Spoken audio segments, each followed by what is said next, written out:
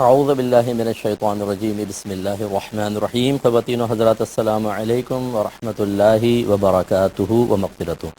Programme احکام شریعت اور فقہ حنفی سے متعلقہ مسائل کے ساتھ آپ کی خدمت میں حاضر ہیں۔ ایک بھائی نے کویسچن کیا تھا کہ ہمارے یہاں ایسے دو افراد کا نکاح ہوا جو گونگے تھے، بول نہیں سکتے تھے، تو جب ایجاب و قبول ہی نہیں ہوا تو ان کا نکاح کیسے ہوگا؟ دیکھیں، ایجاب اور قبول کا مطلب ہوتا ہے، ایجاب کا مطلب ہوتا ہے اجازت، اور قبول کا مطلب اس کو قبول کرنا، یا دوسرے الفاظ میں یوں کہہ سکتے ہیں کہ ایک جب پہلا کوئی قدم اٹھاتا ہے شادی کے فریقین میں سے، اس کو ایجاب سے تعبیر کر دیتے ہیں، دوسرا جب اس کو قبول کر لیتا ہے تو اس کو قبول کرنا کہتے ہیں۔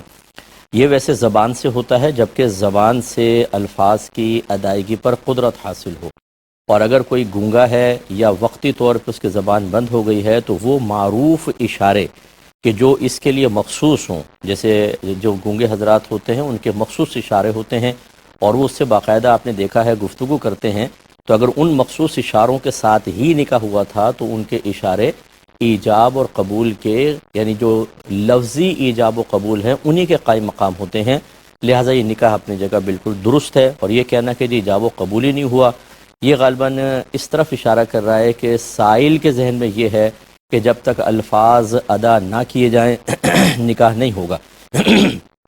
تو یہ بات ٹھیک ہے، لیکن یہ ان کے لیے ہوتا ہے کہ جو بولنے پر قدرت رکھتے ہیں، گونگوں کا نکاح ہو جائے گا۔ ایک یہ کہتے ہیں کہ ایک عورت دوسری سے فون پر کہہ رہی تھی کہ اگر فلاں نے میرا وہ مسئلہ حل کر دیا تو میں اسے اللہ بنا کر پوجوں گی، حکم کیا ہے؟ اور اگر اس کو بتایا جائے کہ بھئی آپ سے غلطی ہوئی، وہ نہ مانے، تو رشتہ دار اس کے ساتھ کیسا تعلق رکھے؟ دیکھیں، پہلی بات تو یہ کہ کلمہ کفر ہے، کیونکہ ایک انسان کو میں اللہ بناؤں، یعنی اس کو معبود قرار دے دوں، اللہ کا مطلب معبود، تو غیر اللہ کو معبود قرار دینا یہ کفر ہے، اور وہ دائرہ اسلام سے خارج ہو گئی۔ اب اگرچہ اس کو موقع نہیں ملا، لیکن جب کسی چیز کا انسان قصد و ارادہ کر لے اور اس میں باطن سے کوئی ریزسٹنس باقی نہ رہے تو وہ ایسے ہی ہے جیسے اس کا عمل کر لیا گیا۔ تو لہٰذا اس کو پہلی بات تو یہ کہ اللہ کے قائم مقام بنانا ہے کہ انسان کو، یا اللہ کے ساتھ ساتھ اسے بھی خدا مان لینا اور پھر اس کی عبادت کا اقرار، دونوں دائرہ اسلام سے خارج کرنے والی چیزیں ہیں۔ تجدید ایمان، تجدید نکاح کرنا ہوگا۔ اگر وہ خاتون تسلیم کر لے بہت اچھی بات ہے، اگر اس نے جس عورت کے سامنے کہا یا زیادہ لوگوں کے سامنے فرض کر لے کہتی، تو جتنے لوگوں کے سامنے کہا ہوتا ہے اتنے لوگوں کے سامنے توبہ کرنی ہوتی ہے۔ ایک عورت سے کہا ہے تو بس اس کے سامنے توبہ کرنا کافی ہے، اور اگر مجمع کثیر میں ہوتا تو اتنے ہی مجمع کثیر کے سامنے اعلانیہ توبہ کرنی ہوتی، اور تجدید ایمان، تجدید نکاح ہوگا۔ اگر وہ تسلیم نہیں کرتی تو بالکل آج کل یہی حکم ہے کہ سوشل بیک آؤٹ کیا جائے، کم از کم اس طرح کے بڑے گناہوں کا تو کیا جائے نا۔ ہر چھوٹے چھوٹے گناہوں کا تو بہت ہی مشکل ہوتا ہے، ہر گھر میں بے نمازی، ہر خاندان میں جھوٹ بولنے والے، غیبت کرنے والے، تو ان پر سوشل بیک آؤٹ بہت مشکل ہے، کاروباری زندگی رکے گا۔ لیکن جو بڑے قبیح قسم کے گناہ ہیں، کوئی اعلانیہ زنا کر رہا ہے، 3 طلاقیں دینے کے بعد بیوی کو بغیر نکاح کے، بغیر حلالہ کے گھر میں رکھا ہوا ہے اور بچے پیدا ہو رہے ہیں، اسی طریقے سے کلمات کفر منہ بھر بھر کے کہے جائیں اور پھر ہم ان کو نظر انداز کریں، تو یہ سمجھ لیں دین کی تباہی کی بنیاد ہے۔ اس لیے ایسا نہیں کرنا چاہیے، اور میرا مشورہ یہ ہے تمام دیکھنے والوں کے لیے کہ اس پر بھی غور کر لیں کہ آخر اس طرح کا جملہ کیوں زبان سے نکلا۔ اس کا مطلب یہ ہوا کہ ایسی چیزیں دیکھی جا رہی ہیں، چاہے وہ ڈرامے ہیں، چاہے وہ موویز ہیں، چاہے وہ کسی کی بھی تعلیم کو قبول کیا جا رہا ہے کہ جس میں کوئی ایسا ہی کرتا ہے کہ اگر میرے کام ہو گیا تو میں فلاں کو خدا بنا کے اس کی پوجا کر لیں گے، تو یہ چیزیں پھر مسلمان پر بھی اثر انداز ہوتی ہیں۔ ہم لوگ بعض اوقات کہتے ہیں کہ فلم ہی تو ہے، ڈرامہ ہی تو ہے، اس میں کیا اگر ہم دیکھ لیں، تو یہ پتہ نہیں ہوتا کہ اس کے کیا منفی اثرات آپ کے ذہن پر مرتب ہو رہے ہیں، آپ کے بچوں پہ مرتب ہو رہے ہیں۔ جیسے گیمز کھیلنے کی بچوں کو اجازت دے دیتے ہیں اور اس میں دیوتاؤں کا ذکر ہوتا ہے، گاڈ گاڈیس، اور بچے ان کو سن رہے ہوتے ہیں، پڑھ رہے ہوتے ہیں، وہ بعض اوقات ان کے لیے ورک کر رہے ہوتے ہیں، ان سے عقیدت قائم ہو جاتی ہے۔ بھائی یہ تو شرک کی بنیاد ہے بہت بڑی۔ بچوں کے ذہن میں شروع سے یہ خیال آئے گا کہ ایک خدا نہیں ہے، پانی بارش برسانے کا خدا علیحدہ ہے، مشکل حل کرنے کا خدا علیحدہ ہے۔ اس طرح تعدد الہ کا تصور بچوں کے ذہن میں پیدا ہوگا، اور بچے خدا نہ خواستہ بڑے ہونے کے بعد، اگر بلوغت کے بعد، بلکہ 7 سال کے بعد اگر اس طرح کا کوئی تصور ذہن میں آتا ہے تو ایمانیات پہ فرق پڑنے کا اندیشہ ہوتا ہے۔ اس لیے ماں باپ کو اچھی طرح سوچنا چاہیے، اور ہمارے وہ بھائی بہن جو اس طرح کی موویز دیکھتے ہیں کہ جن کے اندر ایسے ہی جملے کہے جاتے ہیں، جس کو چاہو خدا بنا کو پوجا شروع کر دو، تو پھر وہ یہی ایک نتیجہ ہے۔ اس طرح کے ایک نہیں سینکڑوں نتائج معاشرے میں مرتب ہو رہے ہیں، اور ہمارے سامنے تو لوگ بہت زیادہ کویسچنز کرتے ہیں، اس لیے خدا را اس پہ توجہ کی جائے۔ یہ کہتے ہیں کہ کھیل کود میں ہنسی مذاق میں بے ایمانی کرنا کیسا ہے؟ جیسے چیٹنگ کر لیتے ہیں، لیڈو کھیل لیے، گوڈ جو ہے وہ اٹھا کے سائڈ میں رکھ دی، کہ جیسے وہ ہم بعض وقت لال ہونا کہتے ہیں کہ لال ہو گئی تو وہ ہٹا لیتے ہیں، تو اس طرح کی بے ایمانی کرنا کیسا ہے؟ دیکھیں بالکل جائز نہیں ہے، کیونکہ مطلب ہے تو یہ کھیل کود، لیکن جب اس طرح کی بے ایمانی کرنے کا انسان عادی ہوتا ہے تو پھر ہم بڑے بھولے ہوتے ہیں، ہمیں نہیں پتہ کہ ہم کتنی نفس و شیطان کی مکمل طور پہ اطاعتیں کر رہے ہوتے ہیں۔ ایک چیز میں ہنسی مذاق میں اطاعت کرتے ہیں، اور پھر وہ شیطان ہمیں دوسری چیزوں کے اندر اسی طرح ایک غلام کی طرح استعمال کر رہا ہوتا ہے، اور ہم اطاعت کر رہے ہوتے ہیں۔ تو یہ اس طرح کی چیزوں کے اندر بھی بے ایمانی یا مطلب چیٹنگ کرنا بالکل شرعاً جائز نہیں ہوگا، اس سے اجتناب کریں، اگرچہ اس کی قباحت ویسی نہیں ہوتی جیسے دینی معاملات کے اندر، جیسے امانت میں خیانت کر لی، کسی کا پیسہ دبا لیا، رشوت لے لی، حرام کما لیا، ان کی تو قباحتیں چونکہ شرعی ممانعت کے تحت ہیں تو بہت ہی زیادہ ہیں، لیکن یہ اس کی تمہید بنے گی۔ اسی سے انسان کے اندر جرأت پیدا ہوتی ہے۔ پہلے وہ کھیل کھیل میں مذاق میں چیٹنگ کرے گا، پھر سیریس ہو کے کرے گا، اور پھر اس سے بڑا کرائم کرے گا، اور پھر بعض اوقات اس کا انجام بڑا دردناک ہوتا ہے۔ فتنے کو ابتداءً ہی کچلنا ضروری ہوتا ہے۔ پودے کو توڑ دیں آسانی ہوتی ہے، درخت بن جائے تو بہت مشکل ہوتا ہے کاٹنا۔ امید ہے کہ آپ سمجھیں گے۔ کالر ہمارے ساتھ ہیں، السلام علیکم۔ السلام علیکم۔ جی بہن، وعلیکم السلام۔ جی میرا پہلا سوال یہ ہے کہ صحن میں کچی زمین ہے، اس کے اوپر مٹی ہے، تو اس پہ بکرے کھڑے ہوئے تھے تو ان کے بیلنی وغیرہ گری تھی، تو اب یہ پوچھنا تھا، وہ جگہ صاف تو کر لی تھی لیکن کچھ اس کے وہاں پر تھے نا ذرات، تو یہ پوچھنا تھا کہ اس کو پاک کس طرح کیا جائے گا، کیونکہ وہاں زمین جب گیلی ہوتی ہے آنا جانا بھی ہوتا ہے، تو اس کے اوپر دوسری ہم مٹی ڈال دیں یا پانی سے اگر اس کو دھو دیں، وہ کس طرح وہ پاک ہو جائے گی؟ ٹھیک ہے، میں عرض کرتا ہوں۔ ایک اور کالر ہیں، السلام علیکم۔ جی وعلیکم السلام مفتی صاحب، ٹھیک ہے سر آپ؟ جی اللہ کا بڑا کرم۔ مفتی صاحب میرے دو سوال ہیں کہ جی۔ جیسے میرا بیٹا ہے تقریباً 8-9 سال کا، اس کو جب میں نماز کے لیے لے کے جاتا ہوں تو وہ نماز کے دوران کبھی ادھر دیکھتا ہے، کبھی ہاتھ آگے پیچھے کرتا ہے، تو ہم اس کو نماز کے دوران ہاتھ سے صحیح ترتیب بتا سکتے ہیں جیسے وہ ادھر ادھر نہ دیکھیں، حرکتیں نہ کرے، تو اس کے لیے نماز سے کیا شرعی ٹھیک ہے، اور ہوگا اس کے لیے؟ دوسرا یہ کہ خاص کر کے ہم جب بھی نماز پڑھنے جاتے ہیں، خاص کر کے جمعے کی نماز کے دوران نا، ہمارے جو قاری صاحب ہیں وہ موسٹلی بس یہی ہوتا ہے کہ جب بھی نماز کے لیے کھڑے ہو جاتے ہیں تو وہ مختلف مسجد کی جو ہے وہ کچھ چیزیں ہوتی ہیں جس کے لیے وہ فنڈ ریزنگ کے لیے وہ ڈیمانڈ کرتے ہیں، کچھ نہ کچھ پیسے جمع کرائیں، یہ کرنا ہے وہ کرنا ہے، تقریباً 5-7 منٹ ویسے ہی ان کے باتوں میں لگ جاتے ہیں، تو اس کے لیے کیا شرعی موقع ہے؟ میں عرض کرتا ہوں۔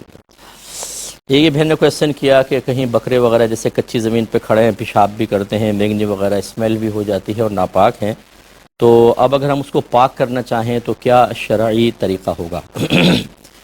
اور یہ کہتے ہیں اس لیے کہ بعض اوقات وہاں سے آنا جانا ہوتا ہے، ہو سکتا ہے کہ برہنہ پاؤں وہاں پہ پڑے اور پاؤں ناپاک ہو جائیں۔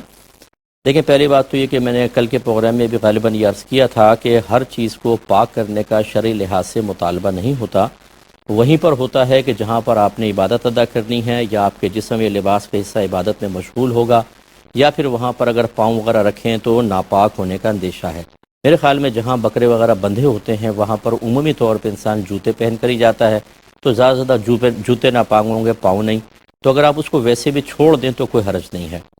پھر بھی زمین کا حکم یہ ہوتا ہے کہ اگر یہ دھوپ سے، ہوا سے، گرمی سے خشک ہو جائے، نجاست اس میں جو پڑی بھی تھی وہ اڑ جائے، گویا کہ ختم ہو جائے، رنگت اور اسمیل وغیرہ ختم ہو جائے، زمین پاک ہو جائے گی۔ ایک تو یہ معاملہ ہوتا ہے۔ دوسرا یہ کہ آپ اس پہ اگر وہ، لیکن آپ نے خود مٹی کا کہا، پانی بہائیں گے تو پھر مٹی بہت زیادہ بہے گی، تو پھر دوسرا یہ بھی ہو سکتا ہے کہ اس پہ بہت زیادہ اس طرح مٹی ڈال دیں کہ وہ بالکل دب کے ختم ہو جائے، حصہ بالکل ایک جیسا بن جائے اور اسمیل وغیرہ ساری ختم ہو جائے، اگر پاک کرنا ہی مقصود ہے تو۔ اور یا پھر تیسرا وہی ہے کہ آپ اچھی طرح پانی بہا دیں، اتنا کہ آپ کو یقین ہو جائے کہ پانی نجاست کو بہا کر لے گیا، تب بھی وہ پاک ہو جائیں گے۔ ہاں اگر آپ نے دوبارہ وہیں بکرے باندھنے ہیں، وہیں کھڑے کرنے ہیں، تو پھر میرے خیال میں بار بار پاک کرنے کا تکلف نہ کریں۔ پھر ایسی صورت میں آپ جوتے پہن کر ہی جائیں، یا اگر برہنہ پا چلے بھی گئے اور پاؤں کی ناپاکی کا اندیشہ ہے تو باہر آ کر اپنے پاؤں دھو لیں۔ اس کو بار بار پاک کریں گے تو بہت ہی حرج میں مبتلا ہونے کا خوف ہے۔ یہ کہتے ہیں 8-9 سال کا بچہ ہے، مسجد میں لے جاتے ہیں، نماز کے دوران وہ ادھر ادھر دیکھنا شروع کر دیتا ہے، تو کیا ہم نماز میں اس کو تلقین کر سکتے ہیں؟ دیکھیں، نماز میں نہ کریں، یہی بیسٹ ہے، تاکہ آپ کی پوری توجہ کنسنٹریشن نماز کے اوپر ہو۔ یہ آپ اس سے پہلے کریں، اس کو پیار سے سمجھائیں کہ بیٹا نماز کے دوران ایسا نہیں کرتے۔ اگر فرض کر لیں وہ کر بھی لے تو آپ نوٹ کر لیں کہ اس نے نماز میں کیا تھا، فوری نہیں، گھر پر آ کر پیار سے محبت سے پھر اس کو سمجھائیں کہ بیٹا ہم اللہ تعالیٰ کی بارگاہ میں ہوتے ہیں، جب آپ کلاس میں ہوتے ہیں، ٹیچر پڑھا رہی ہوتی ہیں، تو یہ ادب کے خلاف ہوتا ہے کہ آپ آپس میں باتیں کریں یا شور شرابہ کریں، اس وقت آپ کی کنسنٹریشن بالکل مس کی طرف ہوتی ہے، ٹیچر کی طرف ہوتی ہے۔ ایسے جب ہم اللہ تعالیٰ کی بارگاہ میں کھڑے ہوتے ہیں تو اللہ کی رحمت خاص ہماری طرف متوجہ ہوتی ہے، اس میں دائیں بائیں نہیں دیکھا جاتا، تو بچوں کو سمجھ میں آئے گا۔ 1 دفعہ 2 دفعہ پیار سے ہی سمجھائیں، اس میں ڈانٹ ڈپٹ نہ کریں، لیکن وہاں پر نماز کے دوران اس کو پکڑنا، تنبیہ کرنا، نہ آپ کا خشوع و خضوع باقی رہے گا اور نہ بچے وہاں پر کوئی تلقین اتنی سنجیدگی کے ساتھ حاصل کریں گے۔ ہاں، بہت ہی غصیلا باپ ہو تو ایک الگ بات ہے کہ یوں ہاتھ کر کے کان ہی مروڑ دیا اس کا اور بچہ خوفزدہ ہو گیا کہ ابا نے حالت نماز میں اٹیک کر دیا، تو یہ پھر یہ اصلاح نہیں ہے، یہ ہے ایک خوف پیدا کرنا۔ اس خوف کے تحت وہ وقتی طور پر تو خوفزدہ ہو کے رک جائے گا، لیکن پھر جب اگر آپ نہیں ہوں گے تو نماز بھی ادھر ادھر ہی دیکھتا رہے گا، کوئی اس کو پرواہ نہیں ہوگی۔ کوشش یہ کریں کہ جیسا آپ کی زندگی میں وہ رہے، آج اگر آپ فوت ہو جائیں یا دور ہو جائیں تو ایسا کام کر جائیں کہ بچہ آپ کی دی ہوئی تعلیم کی برکت سے آپ کی غیر موجودگی میں بھی اللہ تعالیٰ کا مطیع و فرما بردار بندہ رہے، نہ یہ کہ آپ اپنے زور بازو پر یا خوف کی بنا پر سزا، پنشمنٹ، اس سے آپ بچے کو سیدھے راستے پر رکھیں۔ تو یہ یاد رکھیں کہ جیسے ہی آپ کا یہ خوف اور دباؤ ختم ہوگا، بچہ آزادی محسوس کر کے پہلے سے زیادہ بری حرکتوں کے اندر ملوث ہو سکتا ہے۔ اگرچہ سختی کرنا بعض صورتوں میں منع بھی نہیں ہوتا، لیکن یہاں پر بہرحال مناسب نہیں ہے۔ ایک کالر ہمارے ساتھ ہیں، السلام علیکم۔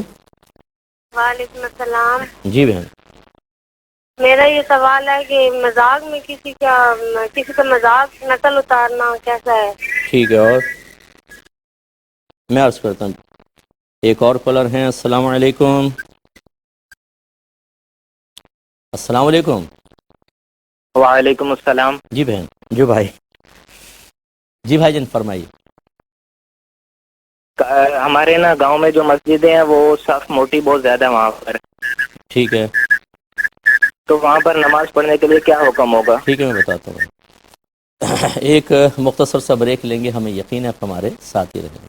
بسم اللہ الرحمن الرحیم۔ ایک بھائی نے فرمایا تھا کہ یہ جمعے میں جو ہے وہ قاری صاحب جو بعد وقت جمعے کے لیے لوگ صفوف میں کھڑے ہو جاتے ہیں اور پھر چندے کا بڑا لمبا سلسلہ شروع کر دیتے ہیں، مانگتے ہیں پیسے وغیرہ، اور 5 سے 7 منٹ اس میں نکل جاتے ہیں، کیا حکم شرع ہوگا؟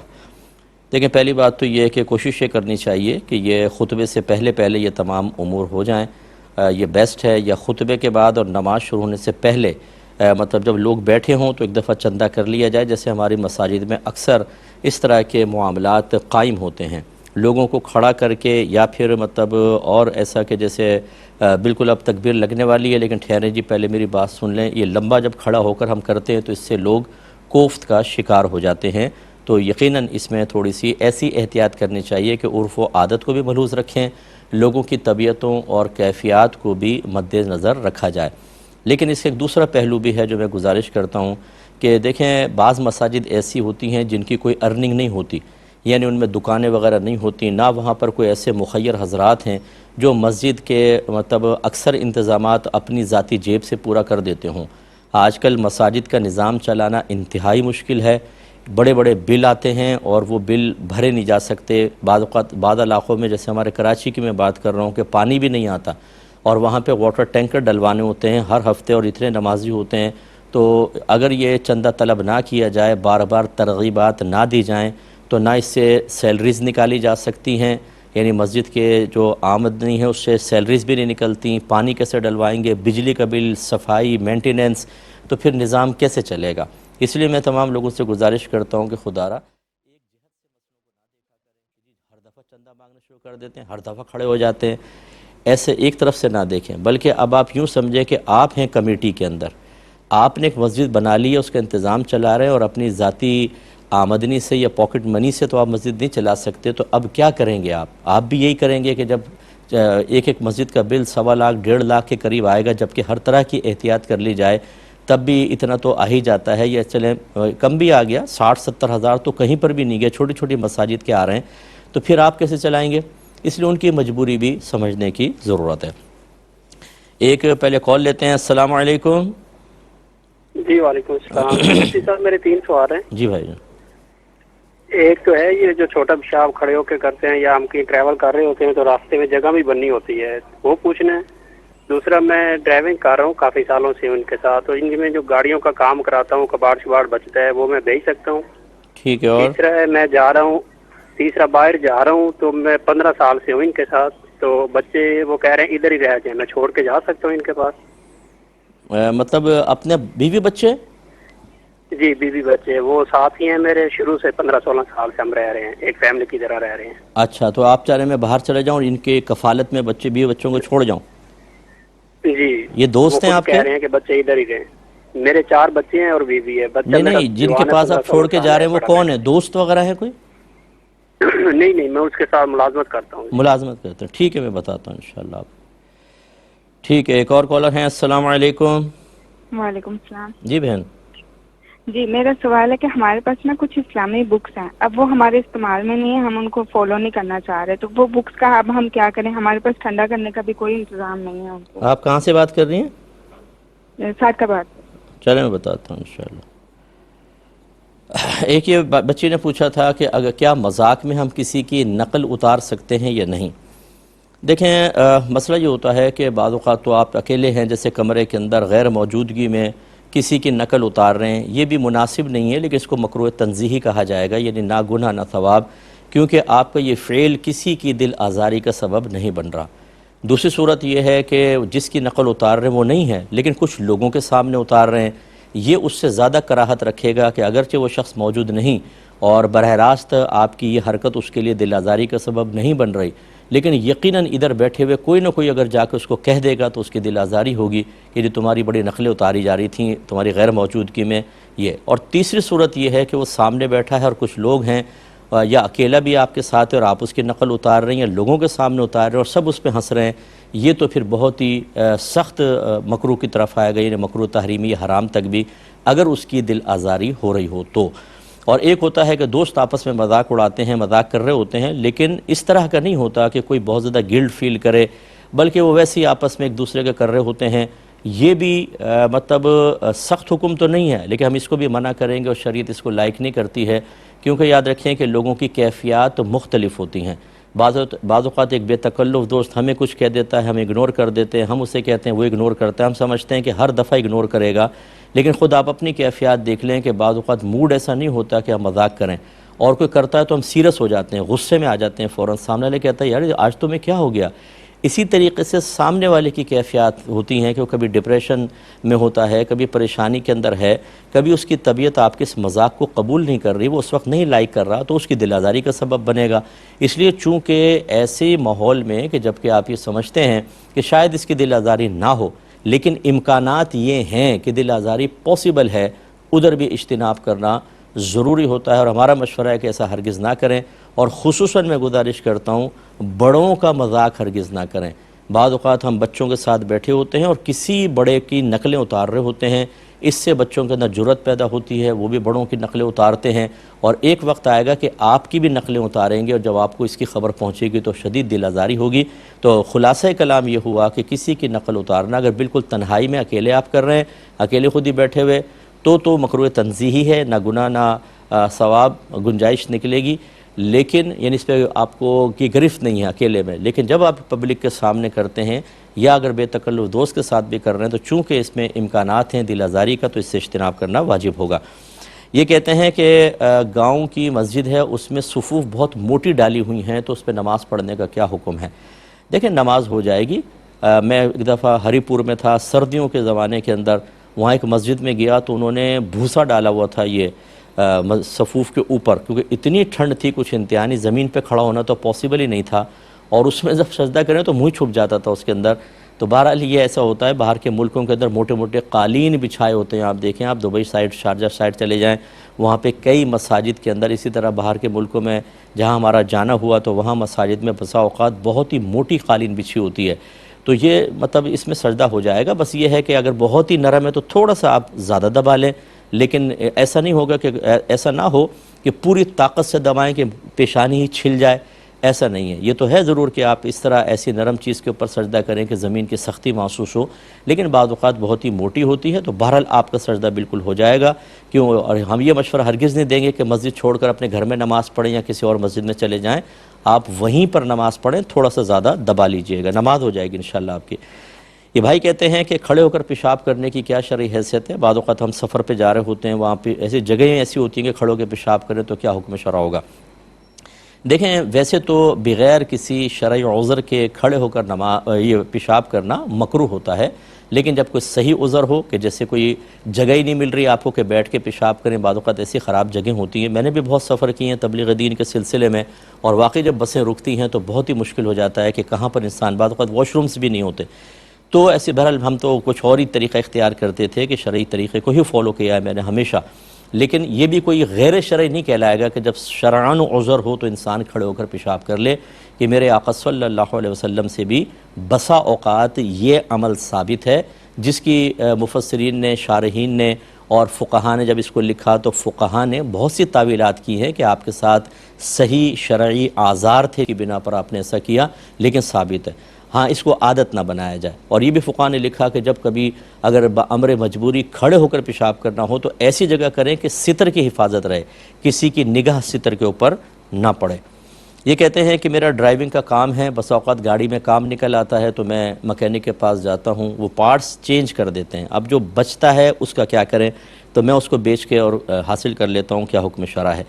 دیکھیں, مسئلہ ہے کہ یہ اصل میں جس کی گاڑی ہے اس مالک کی یہ ملکیت ہوتی ہے, تو لہٰذا آپ اگر یہ سمجھتے ہیں کہ جیسے ہمارے اکثر عرف ایسی ہوتا ہے کہ مالکان بھی اتنی توجہ نہیں کرتے ہیں, اور وہ انہیں بھی پتہ ہوتا ہے, آپ یہ تو کہتے ہوں گے جی گاڑی خراب ہو گئی میں ٹھیک کروانے جا رہا ہوں, تو ان کے بھی ذہن میں ہوتا ہے کہ اگر ایک پارٹ خراب ہو گیا ہے, آپ بل بھی پیش کرتے ہوں گے, اس میں لکھا ہوتا ہوگا کہ دوسرا اس میں پارٹ ڈالا ہے, تو پرانا کہاں گیا؟ اگر وہ نہیں طلب کرتے اور گویا کہ ان کا ذہن ہے کہ پرانا چھوڑ دیا ہوگا یا چلو بیچ دیا کچھ بھی, تو پھر کوئی حرج نہیں ہے. اگر ایسا ماحول بنا ہوا ہے تو یہاں پہ صراحتاً اجازت نہیں ہے, لیکن دلالتاً اجازت ہے. دلالتاً کا مطلب آپ کسی کے مزاج کو, موڈ کو, ماحول کو سمجھتے ہیں کہ اگر میں ایسا کر لوں گا تو یہ بالکل کوئی برا نہیں مانے گا اور اس پہ راضی رہے گا, یہ دلالتاً اجازت کہلاتی ہے. اور صراحتاً کا مطلب وہ زبان سے کہہ دیں کہ اجازت ہے آپ لے لیا کرو. تو اگر صراحتاً نہ تو دلالت کم از کم ہونی چاہیے. ہاں, اگر آپ کو خوف ہے کہ اگر میں بتاؤں گا تو وہ ناراض ہوں گے اور ہو سکتا ہے کہ وہ مجھ سے پیسے واپس لے لیں, یہ اس کا مطلب ہے نہ صراحتاً اجازت ہے نہ دلالتاً اجازت ہے. ایسی صورت میں آپ امانت میں خیانت کے مرتکب ہوں گے. ایسی صورت میں تو وہ پارٹ لا کے ان کے ہاتھ میں دے دیں, یا ان سے پرمیشن لیں کال وغیرہ کر کے کہ یہ بچا ہوا ہے پارٹ اور وہ کہہ رہا ہے, جیسے مکینک وغیرہ بعض وقت کہتے ہیں یہ پرانا ہمیں دے دیں, اتنے پیسے کم کر کے ہم نیا ڈال دیتے ہیں, وہ اس کو پھر کسی طریقے سے یوز میں لے لیتے ہیں. تو اگر اس طرح ہو تو پھر پرمیشن لے کے آپ کریں, ورنہ اگر آپ کو صراحتاً یا دلالتاً اجازت ہے تو پھر آپ بالکل اس کو استعمال کر سکتے ہیں. یہ کہتے ہیں کہ میری باہر ملازمت ہوئی ہے تو میں باہر جانا چاہتا ہوں, بیوی بچے یہیں پر ہیں, تو جہاں میں کام کر رہا ہوں وہ یہ کہتے ہیں کہ آپ بیوی بچوں کو یہیں رہنے دیں ہمارے پاس اور آپ چلے جائیں, کیا حکم شرع ہوگا؟ دیکھیں, میرا مشورہ یہ ہے کہ ایسا ہرگز نہ کریں. میں کسی کی نیت پر شک نہیں کر رہا ہوں, لیکن بہرحال کیفیات اور ماحول بدلتے دیر بھی نہیں لگتی ہے. جب تک مرد, اب یہ بہت سے معاشرے میں جو لوگ ہیں میری بات کو کا اقرار کریں گے کہ جب تک شوہر زندہ ہوتا ہے خاندان والوں کے رویے علیحدہ ہوتے ہیں, مردوں کی نگاہوں کے مفاہیم علیحدہ ہوتے ہیں, اور جیسے ہی شوہر فوت ہوتا ہے قریبی رشتہ داروں کی نگاہوں کے اندر بھی فتور پیدا ہو جاتا ہے بسا اوقات, اور لوگوں کے رویے بدل جاتے ہیں. اس کا مطلب ہے کہ آپ کی موجودگی میں جو ان کی آپ کے مالکان کی کیفیات ہیں اور آپ کے جانے کے بعد کیا ہوں گی, اس پر توجہ رکھیے. اگرچہ ہر فیملی بری بھی نہیں ہوتی, بہت اچھے لوگ بھی ہوتے ہیں.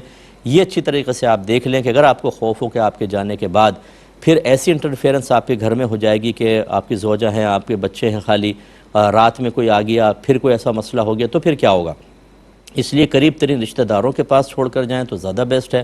لیکن اگر آپ مطمئن ہیں کہ علیحدہ گھر ہے, کسی غیر مرد کا آنا جانا نہیں ہوگا, اور جن کے آپ ملازمت کرتے ہیں ان کی بھی فیملی ہے اور اس فیملی سے آپ کی فیملی کے اچھے تعلقات ہیں, انہیں عورتوں کے پاس بچوں کے ساتھ ریلیشن رکھ سکتے ہیں, آنا جانا ہو جائے گا, اور آپ کو یہ سکون ہوگا کہ پیچھے کوئی چوری نہیں ہے, ڈاکہ نہیں ہے, کوئی آفت نہیں ہے, کوئی پریشانی آئے گی تو پھر وہ حل کر لیں گے، تو ایسی صورت میں بالکل آپ عملی قدم اٹھا سکتے ہیں۔ تو اچھی طرح پہلے سوچ لیں پھر قدم اٹھائیں۔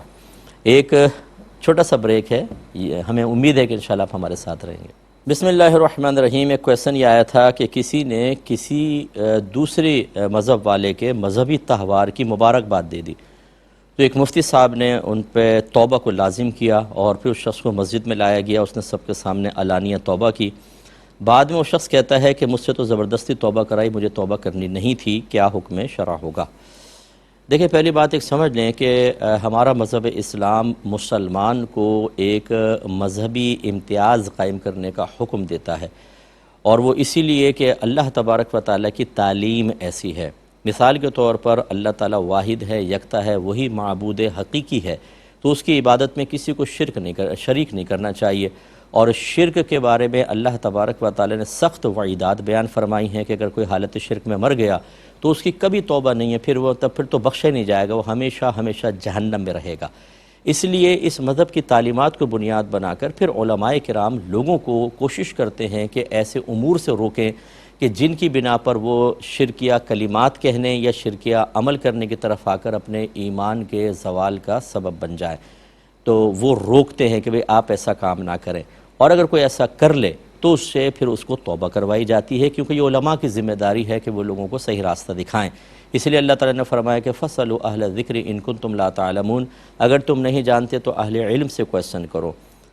یا ایھا الذین آمنوا اطیعوا اللہ واطیعوا الرسول واولی الامر منکم، اے ایمان والو اللہ کا حکم مانو، اس کے رسول کا، اور ان کا جو تم میں حکم والے ہیں۔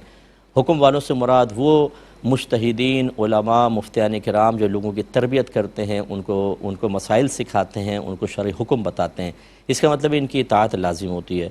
اب اگر ایک شخص ایسا کر رہا ہے، اس کو نہ روکا جائے تو پھر اس کے اثرات دوسرے پہ منتقل ہوتے ہیں، تیسرے میں بھی، اور اس طریقے سے پھر بعض اوقات شرکیہ معاملے کو اعلانیہ طور پر اور جرأت کے ساتھ کیا جائے گا، تو پھر مذہب کہاں رہے گا؟ اور پھر ایسے لوگ جو ہیں اگر خدا نہ خواستہ دائرہ اسلام سے خارج ہو گئے تو ہمیشہ ہمیشہ کے لیے جہنم میں جائیں گے۔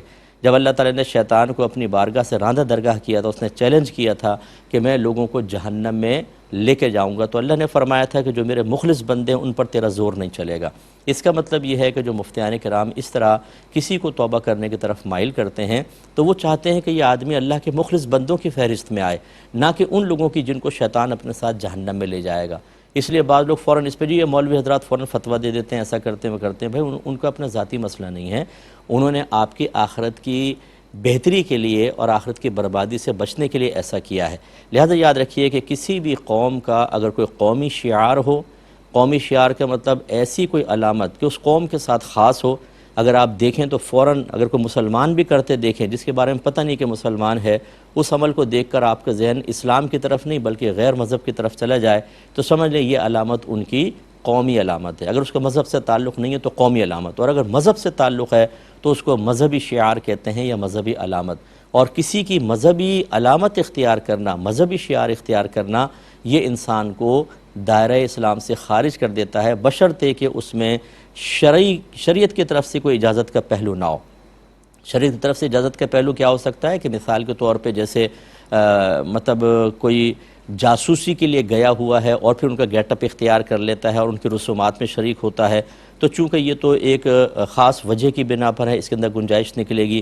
یا جان کا مال کا خطرہ ہو تو انسان ظاہری برتاؤ اختیار کرتے ہوئے اس طرح کے کر لے کہ اگر نہیں کرے فرض کر لیں تو پھر اس پہ حملہ ہو جائے گا، اس کو ٹارگٹ بنا لیا جائے گا اور بعد میں اس کے ساتھ غلط قسم کے معاملات ہوں گے، اور اس کو یہ صحیح خوف ہو اور دل میں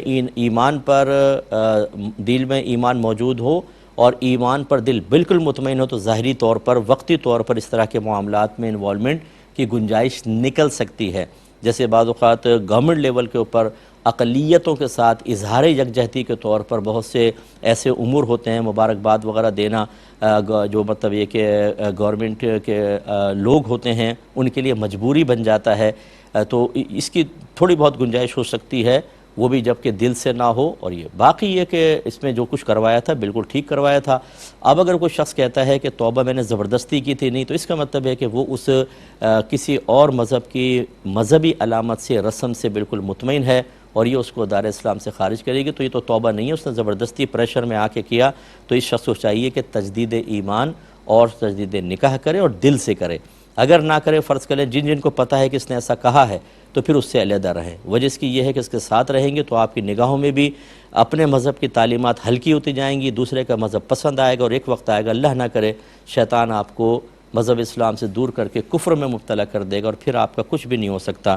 اگر توبہ کی توفیق نہیں ملی تو ہمیشہ ہمیشہ کے لیے جہنم میں جائیں گے. اور یہ بس میں ضمناً ایک بات عرض کر دیتا ہوں کہ بعض لوگ فوراً چیز پہ اعتراض کرتے ہیں, بھئی دیکھو اتنی تنگ نظری بھی نہیں ہونی چاہیے. آپ کے خاندان میں خلاف شرع رسومات قائم ہوں کوئی مسئلہ نہیں ہے. دادا جان نے خلاف شرع اصول بنائے, نسلیں ان کو فالو کریں, کوئی مسئلہ نہیں ہے. ہر ملک اپنا قومی ترانہ علیحدہ کرے, قومی شعار علیحدہ کرے, قومی کھیل علیحدہ کرے, اپنے اپنے قوانین اور لاز بنائیں. انٹرنیشنل لیول کے اوپر جو بڑی طاقتیں ہیں انہوں نے ورلڈ وائڈ جو قوانین بنائے ہیں وہ اپنے بنائے ہیں, کوئی مسئلہ نہیں ہے. خرابی صرف دین کے اندر نظر آتی ہے, ایسا نہیں کرنا چاہیے.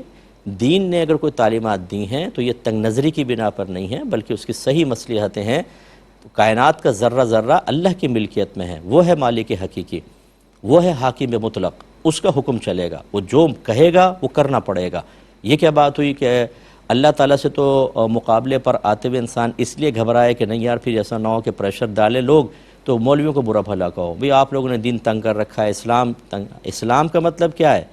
اللہ اور اس کے رسول کا حکم, اور رسول کا کلام کیا ہے؟ وہ بھی وحی الہی ہوتی ہے. آپ کو پتہ ہے کہ قرآن وحی جلی اور حدیث وحی خفی, اصل تو اللہ کا حکم چلتا ہے. تو اس کا مطلب اس قسم کی چیزوں پہ اعتراض کرنا یہ اللہ تعالیٰ کی حکمتوں پہ اعتراض ہے, اجتناب کرنا چاہیے. یہ کہتے ہیں کہ مری ہوئی والدہ کے بال یادگار کے طور پہ رکھ لینا کیسا ہے, اور اس کو تبرک سمجھنا پھر اس کی زیارت کرنا کیا حکم شرع ہوگا؟ دیکھیں مذہب اس کی تعلیم نہیں دیتا, نہ اس کو لائق کرتا ہے, نہ کہ اس کو کوئی ادب کہا جاتا ہے, نہ اس میں کوئی فضیلت کا پہلو ہے, نہ اس کے اندر کوئی والدہ خوش ہوں گی کہ میرے بیٹے نے میرے بال رکھ لیے تو قبر میں وہ پھولے نہ سماری ہوں, ایسا کچھ بھی نہیں ہے. اس طرح کی بدعات ایجاد کرنا, نئی نئی پھلجڑیاں نکالنا, آپ ایک کریں گے دوسرا کام کرے گا, تیسرا کرے گا. ہمارے ہاں جو ہم نے محسوس کیا ہے, کوئی ناراض بھی نہ ہو, اللہ فرمائے رسول فرمائے, ادھر سے سنیں گے ادھر سے نکالیں گے, اور خاندان میں ایک کر رہا ہوگا پسند آ جائے بس, چاہے وہ خلاف شرع ہو, اگلے دن یہ بھی گھر میں کرے گا, تیسرا کرے گا, چوتھا کرے گا, پورے شہر میں معاشرے میں پھیل جائے گا, اور منع کر کے دیکھ لیں آپ. یعنی جو بھی مذہب سے ہٹ کر چیز ہے, جس کی مذہب تعلیمات نہیں دیتا, وہ فوراً اختیار کر لیں گے اور اچھا بھی لگے گا. اور جو مذہب کی تعلیمات ہیں, جو اللہ فرمائے رسول فرمائے, نہیں کرو گے تو جہنم میں, کرو گے تو جنت میں, کوئی پرواہ نہیں. اس پہ توجہ کیجئے. آپ ایک دفعہ یہ کام کر لیں گے, یہ رسم قائم ہو جائے گی, پھر آپ فوت ہوں گے, آپ کے بال, پھر ماموں کے بال, پھر چچی کے بال, پھر تائی کے بال. اور پھر اصل تو صحیح بات یہ ہے کہ میرے آقا صلی اللہ علیہ وسلم کے جو منہ مبارک ہیں ان کا ادب اور تعظیم ہونا چاہیے, پھر وہ اہمیت ختم ہو جائے گی. ہمارے فقہا نے پہلے دور میں نوافل کی جماعت کو مکروہ کیوں قرار دیا تھا؟ انہوں نے کہا کہ اس وقت نماز میں, یعنی جو فرض نماز ہیں اس کی جماعت میں لوگ رغبت رکھتے تھے اور بکثرت مسجد میں آتے تھے. اگر آپ نوافل کی جماعت قائم کریں گے جیسے گھروں پہ قائم کر لی تو اس میں قلت پیدا ہوگی اور اس کی اہمیت ختم ہوگی, منع کر دیا. اس کا مطلب یہ بھی ہے, اس پہ بھی ذرا توجہ کریں کہ اگر آپ اس طرح نئی چیزیں نکال لیتے ہیں اور تو پھر اس سے جو ہمارے ہاں جیسے نبی کریم کے منہ مبارک کی زیارت ادب احترام سے رکھنا, پھر ماں کا بھی رکھا جائے گا, آپ یہ دیکھیں, پھر چاچا کا بھی رکھا جائے گا, پھر فلانے کا بھی رکھا جائے گا, اور اس طریقے سے وہ اہمیت جو اصل شعار ہوتے ہیں ہمارے, اصل چیزیں ہوتی ہیں, ان کی اتنی اہمیت نگاہوں میں نہیں رہتی. اور پھر یہ آخری بات یہ ہے کہ ماں کے بال رکھنا یہ آپ کے ذہن کی اختراع ہے کہ رکھ لوں ادباً, شاید ماں کو سکون ملے. اس کی مذہب تو تعلیم نہیں دے رہا. مذہب جس کی تعلیم دے رہا وہ ہم اختیار نہیں کرتے. وہ کیا ہے؟ ہر جمعے ان کی قبر کی زیارت کرنا, ان پہ قرضہ ہے تو قرضہ دور کرنا, ان کی جائز وصیت کو پورا کرنا, ان کے دوست احباب رشتہ داروں سے اچھا سلوک کرنا, ان کے لیے دعائے بخشش و مغفرت کرنا, ایصال ثواب کرنا, ثواب جاریہ کرنا, اور سب سے بڑھ کر گناہ کر کے ان کا دل نہ دکھانا. اس پہ کوئی توجہ نہیں ہے. گناہ ہو رہے ہیں, بے عملی ہو رہی ہے, نماز نہیں پڑھ رہے ہیں, یہ کر لیں صاحب آپ. تو یہ ہمارے دیکھیں جو مذہب کہہ رہا ہے وہ بوجھ, اور جو ذہن اور قلب کہہ رہا ہے جس سے ایک انفرادی حیثیت بنے گی, یہ اکثر شیطان بھی ہوتا ہے. ایسا کر, لوگ کہیں گے کیا یار ماں کی عقیدت ہے, بال رکھے ہوئے امی کے, ہم پھولے نہیں سماتے. ایک نئی چیز ایجاد کرنا, اور اس سے بڑی خرابیاں ہیں. اس لیے ہم یہی مشورہ دیں گے ہرگز ایسا نہ کیا جائے. ایک انہوں نے بھائی نے کہا کہ اگر کوئی کافر گورنمنٹ ہو اور وہ مسجد اور مزارات وغیرہ کے لیے فنڈ دے تو کیا وہ لیے جا سکتے ہیں کہ نہیں؟ دیکھیں ہمارا تو مشورہ ہوگا کہ بالکل لیے جائیں، چھوڑے نہ جائیں۔ مسئلہ اس کا یہ ہے کہ اگر کافر اپنی مرضی سے کوئی مال آپ کو دے رہا ہے تو وہ آپ کے لیے مباح ہوتا ہے، اور جب یہ قانون کے تابع ہو کہ وہ کانسٹیٹیوشن میں ایسا ہے کہ جو فرض کر لیں کہ جتنے بھی مذاہب والے ہیں ان کو فنڈنگ کی جائے گی، اور یقینی سی بات ہے ٹیکس سے یہ پے کرتے ہوں گے، جو ٹیکس کلیکٹ ہوتا ہے اسی میں سے دیتے ہیں، اور یہ بجٹ کے اندر یہ چیزیں مختص کی جاتی ہیں، تو میرے خیال میں پھر آپ کے لیے لینے میں کوئی شرعاً حرج نہیں ہے۔ بہرحال پھر بھی آپ اپنے اور اطراف کے علماء سے اور مشورہ کر لیں، لیکن جو شرعی مسئلہ ہے وہ یہی ہے کہ بالکل آپ لے سکتے ہیں، اور یہ آپ کے لیے طیب ہے، حلال ہے، اور اس سے آپ کو اس کو چاہے مسجد میں لگائیں چاہے مزارات میں لگائیں، آپ کے لیے اس میں کوئی شرعی طور پہ قباحت نہیں ہوگی۔ یہ کہتے ہیں کہ گورنمنٹ کا واٹر سپلائی کا ایک نل ہے، ایک عورت کے پاس وہ لگا ہوا ہے اور بڑا وافر مقدار میں اس کے پاس پانی آتا ہے، تو وہ کیا کرتی ہے کہ بھرنے کے بعد پھر پائپ لگا کے روزانہ گھر دھوتی ہے، سامنے چھڑکاؤ کرتی ہے، اور کچھ لوگوں کے پاس بالکل نہیں آتا، وہ آ کے مانگتے ہیں کہ ہمیں پانی دے تو ان کو نہیں دیتی، تو کیا حکم شرع ہوگا؟ انشاءاللہ اس کا جواب میں نیکسٹ پروگرام میں شامل کروں گا، کیونکہ وقت بہت ہی قلیل ہو چکا ہے۔ اجازت طلب کریں گے، مجھے اور ہماری ٹیم کو اجازت مرحمت فرمائیں۔ آپ ہمارے لیے دعا کیجئے، میں آپ کے لیے دعا گو ہوں۔ اللہ تعالی ہمیں موت سے پہلے اپنے ملک اور اپنے مذہب کے لیے کوئی بڑی خدمت کرنے کی توفیق عطا فرمائے۔ آمین۔ وآخر دعوانا ان الحمدللہ رب العالمین۔